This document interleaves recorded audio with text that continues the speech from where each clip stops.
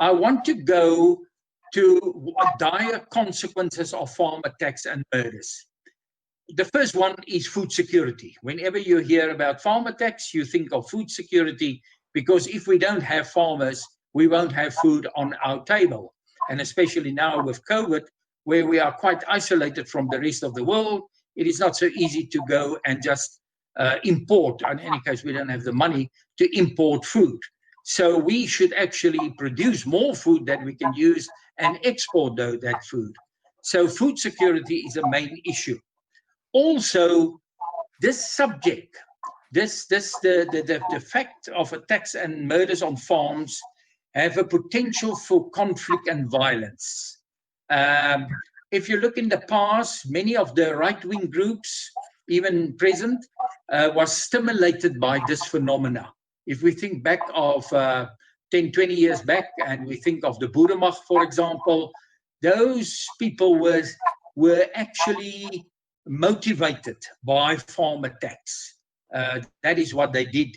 They did what they did was because of farm attacks. Then also, farm attacks is one of those crimes that have a very negative effect on brand South Africa.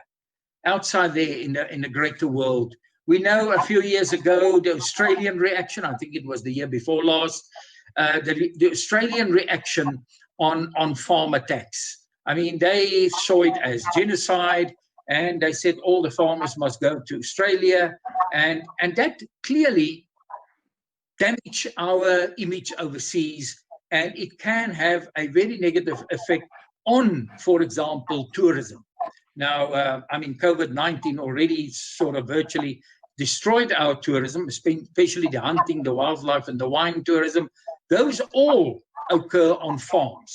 So if we have lots of these attacks, people may just not come and visit us after COVID-19 and our borders are opening up again. Then I think one of the most important consequences, especially on a farm which is very labor intensive and there's a lot of people employed on the farm, is that those people lose their jobs.